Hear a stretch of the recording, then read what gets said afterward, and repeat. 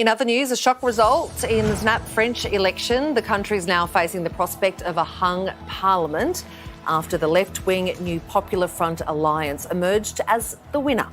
Gains made by the far right in the first round of voting sparked unrest in the streets, but the left garnered plenty of support, although it fell short of securing a majority government.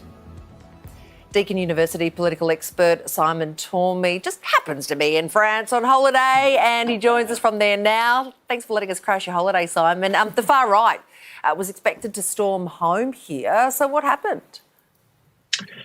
Well, they've done extremely well, but they haven't done well enough to form the absolute majority that they were hoping for. So it's one of those curious outcomes of another kind of political system where even if you get the largest number of votes, you don't necessarily form the government. So there was a huge effort last week by the centre and the left to come together to form what the French call barrage, to make a sort of dam against the advance of the far right. And that's paid off, frankly. And today Macron probably feels vindicated and ready to roll his sleeves up and start with a new government. Can you tell us how the left actually pulled this off? I know it's a little complicated, but it was a case of candidates dropping in and out. Is that what happened?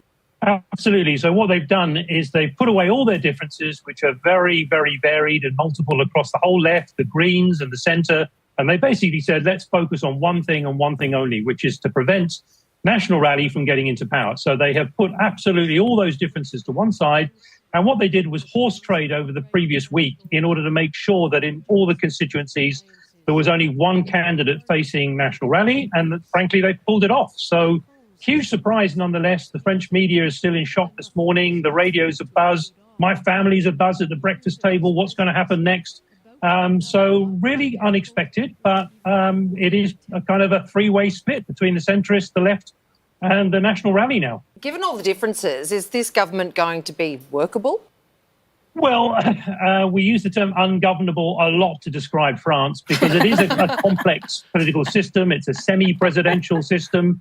We've got a president who's partly in charge of some things. We've got a National Assembly which is partly in charge of other things.